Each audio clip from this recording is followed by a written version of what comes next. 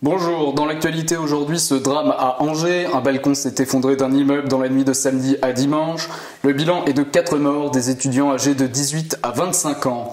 14 personnes sont quant à elles toujours hospitalisées, mais leurs vies ne sont pas en danger. Une enquête judiciaire est ouverte pour homicide et blessures involontaires. Elle devra déterminer les causes de l'accident.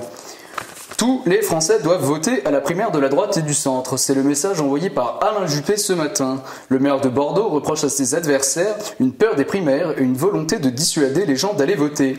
Il se défend pourtant de faire appel aux électeurs de gauche. Chez les Républicains, la question oppose notamment l'ancien Premier ministre à Nicolas Sarkozy, favorable d'une primaire plus restreinte. Aux États-Unis, Donald Trump plus que jamais dans la tourmente. Le candidat des Républicains évoque une élection truquée par les médias.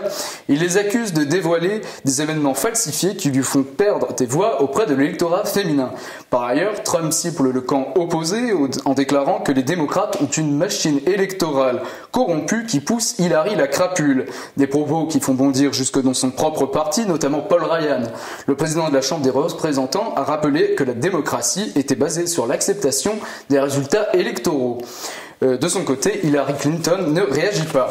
Dans l'affaire des corticoïdes, le feuilleton se termine. Daniel Carter devrait être blanchi par la commission de lutte contre le dopage de la Fédération française de rugby. L'ouvreur néo-zélandais a été contrôlé positif lors de la finale du top 14 en juin dernier.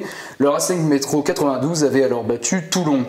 Bien que ne disposant pas d'AUT, les docteurs du club ont toujours certifié avoir administré les corticoïdes dans les règles. Les coéquipiers de Dan Carter, Joe Rokosoko et Juan Yimhoff, eux aussi positifs, ne devraient pas être inquiétés. Et puis à Tahiti, Gaston Floss est condamné à une amende de 16 700 € pour détournement de biens publics et recel.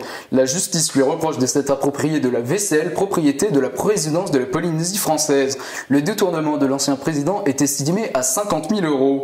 Malgré ce scandale, Gaston Floss, 85 ans, a d'ores et déjà annoncé vouloir se porter candidat aux élections territoriales de 2018. Voilà, c'est la fin de ce flash. Merci de nous avoir suivis. Tout de suite, Secret d'Histoire présenté par Raphaël Brosse.